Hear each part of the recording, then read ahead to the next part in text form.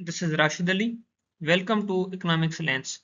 Microeconomics, lecture number 7, Demand, Part 1. Previous lecture में हमने Definitions of Economics, Macroeconomics and Microeconomics को देखा था और आज हम इस लेक्चर में डिमांड को समझने की कोशिश करेंगे. After completing this lecture, you will be able to learn. इस लेक्चर को मुकम्मल करने के बाद आप सीखेंगे कि What is demand? डिमांड क्या है? Law of demand. Law of demand क्या है? Quantity demanded versus demand. Demand function. Economics एक रियल लाइफ की स्टडी है. तो चले देखें, दो बंदे हैं. एक का नाम क्या है? एक का नाम है अरसलान. दूसरा कौन सा है? यह है नजर. ठीक है. अब क्या है कि अरसलान ये चाह रहा है कि उसके पास क्या हो, बाइक होनी चाहिए. मतलब कि ये इसकी ये डिजायर है कि इसके पास बाइक होनी चाहिए. लेकिन दूसरा बंदा है नजर, ये क्या चाह रहा है कि इसके पास भी क्या होनी चाहिए? बाइक होनी चाहिए. लेकिन इश्यू क्या है कि अरसलान के पास पैसे नहीं है. मतलब कि इसके पास परचेजिंग पावर है ही नहीं. इसके पास इतना अमाउंट नहीं है कि ये बाइक खरीद सके. लेकिन नजर के पास क्या है? पैसे हैं, इसके पास परचेजिंग पावर है, ये बाइक खरीद कर सकता है. तो हम ये कहेंगे कि ये जो नजर है क्या है कि बाइक की डिमांड कर रहा है, लेकिन अरसलान जो है वो बाइक की डिमांड नहीं कर रहा. अरसलान जस्ट बाइक की क्या कर रहा है? वांट कर रहा है. तो चले अब हम इसमें से डेफिनेशन को समझने की कोशिश करते हैं. देखिए, अरसलान विलिंग है मगर इसके पास एबिलिटी टू बाय नहीं है. नजर विलिंग भी है और इसके पास एबिलिटी टू बाय भी है. तो डिमांड की डेफिनेशन है क्या? डिमांड की डेफिनेशन है कि demand is the willingness and ability to buy a product. अब आप लोगों को समझ आया होगा कि डिमांड क्या है कि हम विलिंग भी हो और हमारे पास पैसे भी हो किसी भी चीज को खरीद करने के लिए. डिमांड क्या है? Demand is willingness and ability to buy a product और सर्विस.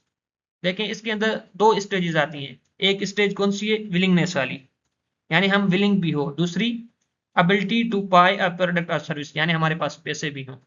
इन केस किसी के पास पैसे नहीं है लेकिन वो विलिंग है, फिर भी डिमांड नहीं होगी. अगर किसी के पास पैसे हैं मगर वो विलिंग नहीं है, तब भी डिमांड नहीं होगी. डिमांड के लिए ये दोनों चीजों का होना लाजमी है. यानी ये जो दो कंडीशंस गिवन है, एक विलिंगनेस वाली, दूसरी एबिलिटी टू बाय वाली, ये दोनों सेटिस्फाइड हो. ठीक है. अब चले हम इसको फर्दर समझने की कोशिश करते हैं. Demand is the relationship between the quantity demanded and the price of a good. Demand क्या है? एक रिलेशनशिप है. किसके दरमियान? Quantity demanded and price of a good के दरमियान. देखें, इकोनॉमी के अंदर जितनी भी हमारे पास प्रोडक्ट और सर्विस होती हैं उनकी कुछ ना कुछ प्राइस होती है. और फिर क्या होता है कि उस प्राइस पे जो हमारे पास कस्टमर होते हैं, ट्रेडर होते हैं, बायर होते हैं, वो क्या करते हैं? वो डिमांड करते हैं कि हमें इतनी क्वांटिटी चाहिए. ठीक है. इनकेस मैं इसको मैथमेटिकली अगर रिप्रेजेंट करूं तो फिर किस तरीके से होगा? मैं यहाँ पे लिखूंगा कि quantity demand is equal to function of the price. इस तरीके से हम इसको रिप्रेजेंट करते हैं. एक तो हमने यहाँ पे डिमांड की डेफिनेशन पढ़ी ये वाली, और दूसरी जो मैथमेटिकल डेफिनेशन अगर लें तो फिर वो क्या होगी कि what is demand? Demand is the relationship between quantity demanded and the price. तो चले अब हम आगे इसको फर्दर समझने की कोशिश करते हैं. अब हम क्या पढ़ेंगे? Law of demand. Law of demand क्या कहता है? तो चले अब हम इसको समझने की कोशिश करते हैं.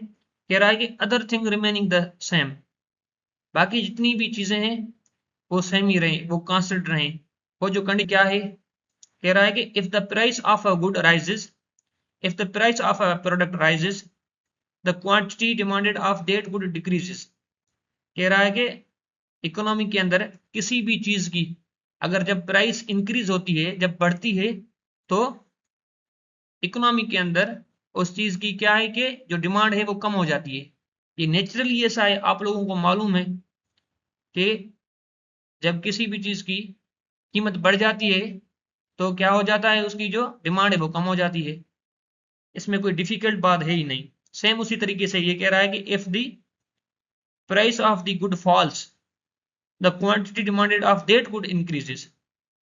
यहाँ पे भी वही बात कर रहा है, किसी भी चीज की अगर जो प्राइस है अगर वो कम हो जाती है तो फिर क्या होगा कि उसकी डिमांड बढ़ जाएगी। तो इसको अगर मैं मैथमेटिकली रिप्रेजेंट करूं तो सेम उसी तरीके से कैसे होगा कि quantity demanded is the function of price. देखें इन केस जो प्राइस है क्या है वो राइज होगी तो फिर क्या होगा, इससे क्वांटिटी डिमांडेड फॉल कर जाएगी। ठीक है, सेम उसी तरीके से इन केस अगर प्राइस क्या है फॉल हुई है तो फिर क्या होगा कि क्वांटिटी डिमांडेड राइज कर जाएगी। ठीक है, इस तरीके से ये क्या है, ये लॉ ऑफ डिमांड है, इससे आगे कुछ भी नहीं। यहाँ पे देखिए सिर्फ किसकी बात हो रही है, प्राइस की हो रही है, अदर फैक्टर्स की हम बात नहीं कर रहे कि किसी की जो इनकम है वो बढ़ रही है या नहीं, जो टेस्ट है किसी का वो बढ़ रहा है या नहीं, हम किसी भी और फैक्टर की बात नहीं कर रहे। हम सिर्फ क्या कह रहे हैं कि other thing remaining the same, बाकी जो चीजें हैं वो सेम रहें। तो चले हम आहिस्ता आहिस्ता चीजों को समझने की कोशिश करेंगे। पहले हमने क्या किया, पहले हमने डिमांड को समझने की कोशिश की। अब हमने क्या किया, अब हमने लॉ ऑफ डिमांड को समझने की कोशिश की है। लॉ ऑफ डिमांड बिल्कुल सिंपल है। लॉ ऑफ डिमांड में क्या है, इसमें यह कहा गया है कि किसी भी चीज की जो कीमत है इनकेस वो बढ़ जाती है तो उसकी डिमांड कम हो जाती है। इनकेस किसी भी चीज की जो कीमत है वो कम हो जाती है तो फिर उसकी जो डिमांड है वो बढ़ जाती है। ठीक है, ये चीजें आपको अपने जहन में रखनी है। को समझने के लिए हमें डिमांड शेड्यूल और डिमांड कर्व आना चाहिए। तो चले अब हम इनको देखने की कोशिश करते हैं कि डिमांड शेड्यूल क्या है और डिमांड कर्व क्या है। देखें demand schedule, demand schedule is simply a table showing quantity demanded at different price. देखें सपोज करें हम क्या करेंगे, यहाँ पे कोई एक कमोडिटी कोई एक प्रोडक्ट लेंगे, ठीक है, और फिर हम ये देखेंगे कि उसकी डिफरेंट प्राइस लेवल पे क्या डिमांड है। तो चले अब हम शुरू करते हैं। यहाँ पे देखें क्या है, प्राइस पर केजी, और यहाँ पे क्या है कि quantity demanded of the wheat है। यहाँ पे क्या है कि जो फर्स्ट कॉलम है उसमें प्राइस गिवन है किसकी, व्हीट की, और यहाँ पे क्या है कि उसकी क्वांटिटी डिमांडेड क्या है इन केजी में। जब व्हीट की प्राइस 200 रुपीज थी मार्केट में तो उसकी डिमांड कितनी थी, 10 kg। जब उसकी प्राइस देखें 150 पर आ गई तो फिर उसकी जो क्वांटिटी डिमांड है कुछ बढ़ी है, 20 पर आ गई। सेम उसी तरीके से जब उसकी प्राइस 100 हो गई तो फिर उसकी क्वांटिटी डिमांड और बढ़ गई है। फाइनली जब उसकी प्राइस बिल्कुल कम हो गई 50 तक आ गई है पर केजी तो फिर उसकी जो डिमांड है वो बढ़ गई है, वो कितनी हो गई है 40 kg। तो आप लोगों को यहाँ पे सेम लॉ ऑफ डिमांड समझ आ गया होगा। जब यहाँ पे प्राइस कम हो रही है यहाँ पे देखें तो डिमांड क्या हो रही है कि राइज हो रही है, इनिशियली 10 फिर 20 फिर 30 फिर 40। ये कब हुआ, जब प्राइस कम होती गई 200 से लेकर 150 तक, 150 से लेकर 100 तक, 100 से लेकर 50 तक। ठीक है, ये क्या है डिमांड शेड्यूल है। डिमांड शेड्यूल हमें क्या बताता है, डिमांड शेड्यूल जस्ट हमें प्राइस और क्वांटिटी डिमांड शो करता है। तो चले अब हम देखेंगे कि डिमांड कर्व है क्या। डिमांड शेड्यूल और डिमांड कर्व सेम चीज ही है। इसमें हम क्या करते हैं कि जो डिमांड शेड्यूल है उसमें हम क्वांटिटी डिमांडेड और प्राइसेस को नंबरों में शो करते हैं, और यहाँ पे हम क्या करेंगे उस सेम चीज को ग्राफ के थ्रू रिप्रेजेंट करने की कोशिश करेंगे। Demand curve is a graph of the relationship between the quantity demanded of a good and its price when all other influences on buying plans are remain the same। अब आप इस चीज को समझने की कोशिश कीजिएगा। डिमांड कर्व क्या है, ये एक ताल्लुक को शो करता है, किसी एक रिलेशन को शो करता है, कहाँ पे, ग्राफ पे, किसके दरमियान, प्राइस और क्वांटिटी डिमांडेड के दरमियान। और यहाँ पे क्या कह रहा है कि व्हेन ऑल अदर इन्फ्लुएंसेस, इसका मतलब है कि जितने भी अदर फैक्टर्स हैं वो सेम ही रहेंगे। जस्ट यहाँ पे किसकी बात हो रही है, जस्ट प्राइस की बात हो रही है, ठीक है, अदर फैक्टर्स की बात यहाँ पे नहीं होगी। देखें अब हम डिमांड कर्व को बनाने की कोशिश करते हैं। हमें डिमांड शेड्यूल गिवन था, प्रीवियसली हमने पढ़ा, ये प्राइसेस हैं फर्स्ट कॉलम में, और सेकंड कॉलम में क्या है कि quantity demanded of wheat in KG. ठीक है, तो अब हम क्या करेंगे, डिमांड कर्व को बनाने की कोशिश करेंगे। डिमांड कर्व बनाने के लिए सबसे पहले हम हॉरिजॉन्टल लाइन ड्रा करेंगे, यानी एक्स एक्सिस के साथ लाइन ड्रा करेंगे। अब हम क्या करेंगे कि वर्टिकल लाइन ड्रा करेंगे, यानी वाई एक्सिस के साथ। मैं क्या करूंगा कि अब क्वांटिटी डिमांडेड को एक्स एक्सिस पे रखूंगा और प्राइस को वाई एक्सिस पे रखूंगा। ठीक है, क्योंकि डिमांड कर्व क्या शो करता है, relationship between price and quantity demanded. जो प्राइस है वो इंडिपेंडेंट वेरिएबल है, जो क्वांटिटी डिमांडेड है वो क्या है कि डिपेंडेंट वेरिएबल है। ठीक है, अब मैं क्या करूंगा कि यहाँ पे क्वांटिटी डिमांडेड को रखूंगा। क्वांटिटी डिमांडेड किस तरीके से हम रखेंगे, फर्स्ट हम यहाँ पे 10, उसके बाद 20, 30, लास्ट में हमारे पास है 40। ठीक है, इन केजी है। और अब मैं क्या करूंगा कि प्राइस को रखूंगा। प्राइस क्या है, प्राइस हमारे पास इनिशियली 50, फिर 100 है, 150 है और 200 है। अब इसका ग्राफ किस तरीके से बनेगा, देखें यहाँ पे हमें रिलेशनशिप गिवन है, जब प्राइस कितनी है 200 है तो क्वांटिटी डिमांडेड है 10। मैं किस जगह पर पॉइंट बनाऊंगा, ग्राफ पे मैं यहाँ पर पॉइंट बनाऊंगा, यानी कहाँ पे, यहाँ पे। इस पॉइंट पे खड़े होकर जब मैं प्राइस की तरफ देखूं तो मुझे 200 नजर आए, जब इस पॉइंट में खड़े होकर जब मैं क्वांटिटी डिमांडेड वाली तरफ देखूं तो मुझे 10 नजर आए।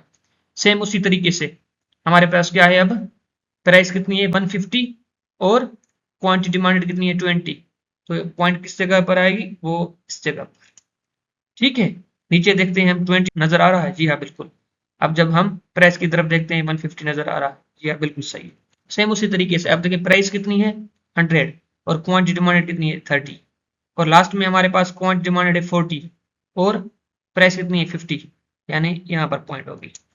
अब मैं क्या करूंगा कि इन पॉइंट्स को मिला लूंगा, तो फिर अब हमें क्या मिला, डिमांड कर्व मिल गया। ये क्या है, डिमांड कर्व है।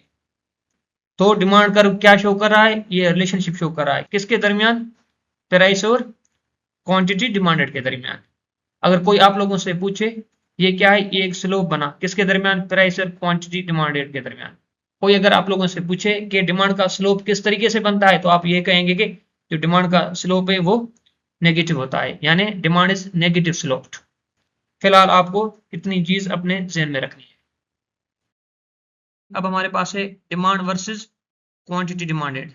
अगर आप लोगों से कोई पूछे क्या डिमांड और क्वांटिटी डिमांडेड सेम है, तो आप कहेंगे नहीं, ये सेम नहीं है, there is a difference between the demand and quantity demanded.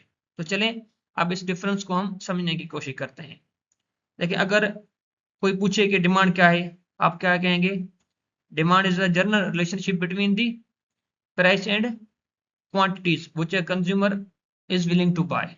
ठीक है, इसका मतलब है जब हम डिमांड कर्व बनाते हैं तो वहां पे एक रिलेशनशिप शो होता है किसके दरमियान, प्राइस और क्वांटिटी डिमांडेड के दरमियान। इस रिलेशनशिप को हम क्या कहते हैं कि डिमांड है। और क्वांटिटी डिमांडेड क्या है, हमें अलोंग द कर्व जो रिलेशनशिप शो हो रहा होता है, अगर उस पे दो चीजें गिवन होती हैं, एक प्राइस और क्वांटिटी डिमांडेड।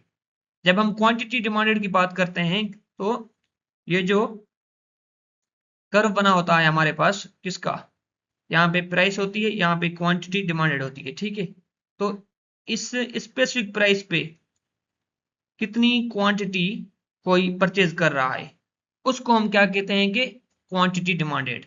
यानी जो डिमांड है, वो क्या है कि ओवरऑल रिलेशनशिप को शो कर रहा है, लेकिन जो क्वांटिटी डिमांडेड है वो क्या है कि किसी एक स्पेसिफिक प्राइस पे कितनी क्वांटिटी परचेज कर रहा है, उसको हम कहते हैं क्वांटिटी डिमांडेड। अब आपको ये चीज समझ आ गई होगी। चलिए अब हम इसको फर्दर समझने की कोशिश करते हैं। Demand refers to an entire demand curve or general relationship between price and quantities consumer are willing to buy। देखें डिमांड क्या है, डिमांड एक रिलेशनशिप है किसके दरमियान, प्राइस और क्वांटिटीज के दरमियान, जो एक कंज्यूमर विलिंग टू बाय है। In other words we can say that demand is willingness and ability to buy a product. लेकिन क्वांटिटी डिमांडेड क्या है, it refers to a quantity associated with a particular price। Particular price पे किसी भी चीज की कितनी चीजें खरीदी जा रही हैं उसको हम कहते हैं quantity demanded. On demand curve, जो हमने डिमांड कर्व बनाया, the quantity demanded is the quantity associated with A given price along the curve. देखें कर्व के साथ किसी एक प्राइस पे कितनी क्वांटिटी डिमांडेड है। ठीक है, अब आपको ये चीज समझ आ गई होगी। तो चलिए अब हम इसको ग्राफ के थ्रू समझने की कोशिश करते हैं। देखें ये क्या है, ये डिमांड है। ठीक है, ये ओवरऑल रिलेशनशिप शो कर रही है किसके दरमियान, ये हमारे पास क्वांटिटी डिमांडेड और प्राइस के दरमियान। ये क्या है, ये डिमांड है। ठीक है, अब देखें हम कोई एक प्राइस लेते हैं कि प्राइस कितनी लेते हैं, 30 पे कितनी क्वांटिटी डिमांडेड है, 50। ठीक है, ये 50 क्या है, क्वांटिटी डिमांडेड है। ये 75 क्या है, क्वांटिटी डिमांडेड है। ठीक है, अब आप लोगों को ये बात समझ आ गई होगी। देखें ये क्या है, डिमांड, जो कर्व है ओवरऑल जो रिलेशनशिप है इसको शो कर रहा है। हम यहाँ पे किसी एक प्राइस की बात नहीं कर रहे, हम ओवरऑल बात कर रहे हैं। ये हो गया क्या, ये डिमांड है हमारे पास। और देखें इस स्पेसिफिक पॉइंट पे, कहाँ पे, 20 पे कितनी क्वांटिटी कोई एक कंज्यूमर बाय कर रहा है। ठीक है, लेकिन उसको क्या कहते हैं हम, क्वांटिटी डिमांडेड। अब आपको ये बात समझ आ गई होगी। अब हम डिमांड फंक्शन को समझने की कोशिश करते हैं। A demand function is an equation that shows demand। Demand function क्या है, एक इक्वेशन है जो डिमांड को रिप्रेजेंट करती है, जाहिर करती है। ठीक है, it expresses quantity as a function of price. देखें ये क्या शो करता है कि जो क्वांटिटी है वो प्राइस का फंक्शन है। तो चले अब हम इसको फर्दर समझने की कोशिश करते हैं। इस तरीके से देखें ये क्या है, क्यू है हमारे पास, हम इसको क्यू भी लिख सकते हैं और क्यू डी। क्यू डी का मतलब है कि quantity demanded is equal to A minus B of P. यहाँ पे ए क्या है, ए हमारे पास है इंटरसेप्ट और बी क्या है हमारे पास, स्लोप है। जैसे प्रीवियसली हमने क्या किया था कि हमने डिमांड कर्व बनाया था, जो हमको डिमांड कर्व बना था वो क्या था, नेगेटिव स्लोप था।